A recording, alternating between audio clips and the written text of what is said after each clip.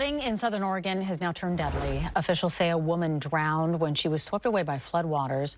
Fox News' Drew Reeves is in studio this morning with more on that and the conditions in the area. And Drew, this really serves as a reminder. I mean, we get local flooding here. Even with the way this woman sadly passed away, I mean, this water is so powerful. And she was just near her own property, right? Right, yeah. She was on her property, and officials are really reminding people just not to go anywhere near floodwaters at all. For several days, southern Oregon has been experiencing widespread flooding issues due to that heavy rainfall and melting snow as well. Now a death in Jackson County is emphasizing just how dangerous those flooded areas can be. The Jackson County Sheriff's Office says that the woman was swept away in a rural area of the city of Central Point. They say it happened while the woman was trying to remove debris from a culvert under her driveway.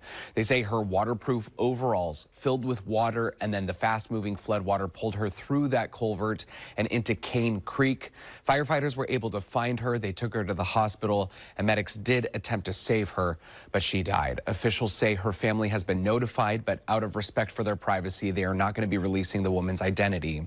The Oregon Department of Emergency Management says there is widespread flooding in southwest Oregon, and the area is seeing an increased risk of landslides.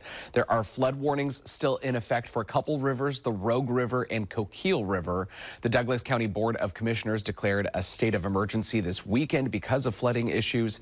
Emergency officials, again, telling drivers in southern Oregon to monitor trip check before you head out so you know what roads are open or not, and reminding people to never attempt to drive on flooded roads or through any standing water. They're also telling people in the area to be prepared for power outages, and a reminder to never use your generator indoors. Now, the National Weather Service does say that rivers will be gradually lowering through Thursday morning.